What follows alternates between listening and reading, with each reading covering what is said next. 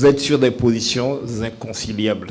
Alors que nous sommes ensemble en train de regarder l'avenir, je vais vous redonner la parole tout à l'heure pour que, hommes politiques en face l'un de l'autre, vous puissiez quand même nous dire dans quoi vous êtes capable de vous engager pour que nous puissions avoir un avenir pour ce pays.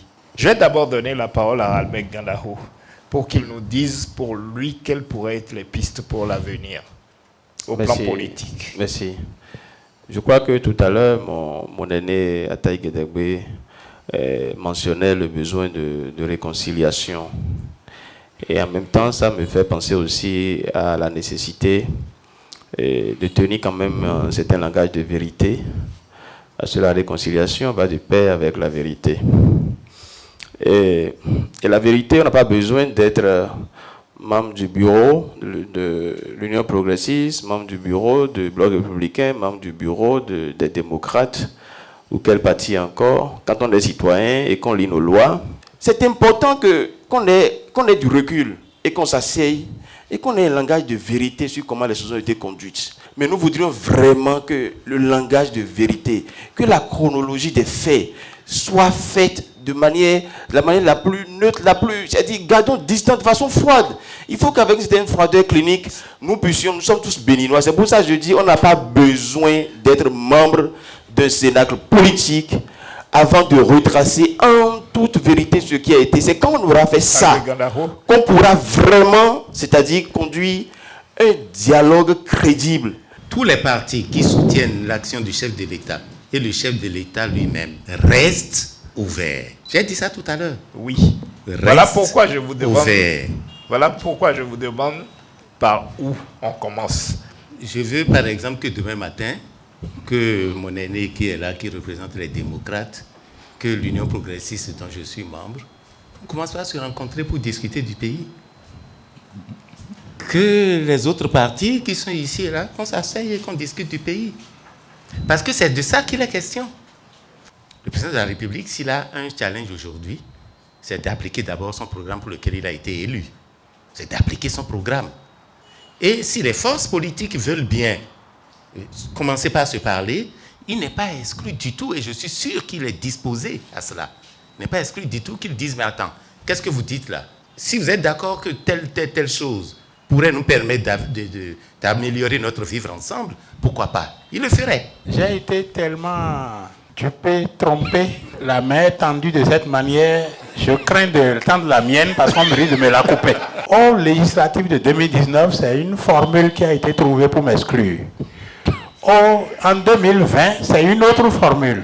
En 2021, ça a été une autre formule. Je me demande à quelle autre formule on réfléchit. On n'est pas en confiance. Quand les gens disent non, c'est nous, s'ils veulent bien se coucher, ça va, on va dire. S'ils ne veulent pas.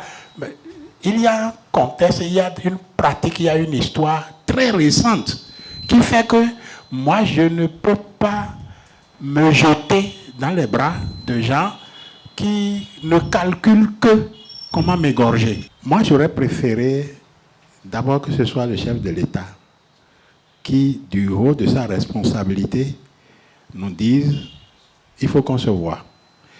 Et que nous disions dans quelles conditions ça peut se faire. Les conditions sont simples. Il faut décrisper. Vous me voyez sur un certain nombre de télé, un certain nombre de radios.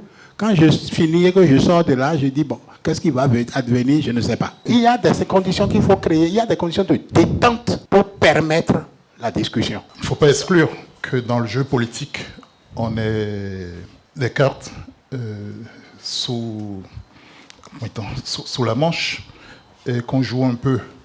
Mais il est fondamental qu'on présume de la bonne foi de chacun, qu'on élève l'autre à la dignité d'un acteur, d'un partenaire responsable avec lequel on cherche à construire quelque chose. Il ne s'agit pas d'unanimisme.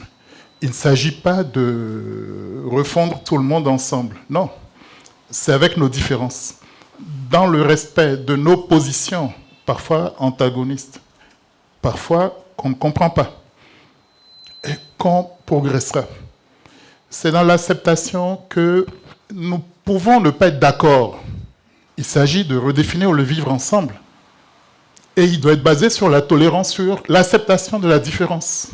Mais dans la vérité, effectivement, moi je ne doute pas de la volonté des uns et des autres d'y parvenir. Malgré les postures, il faut identifier les questions fondamentales, les questions récurrentes. Ramleg en a soulevé.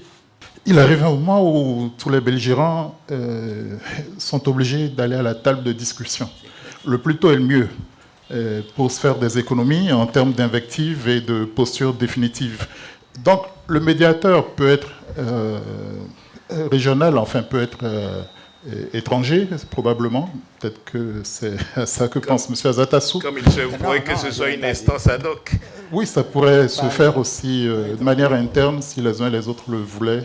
En tout cas, nous, acteurs de la société civile, nous restons des acteurs fondamentalement médians dans la vie publique de notre pays.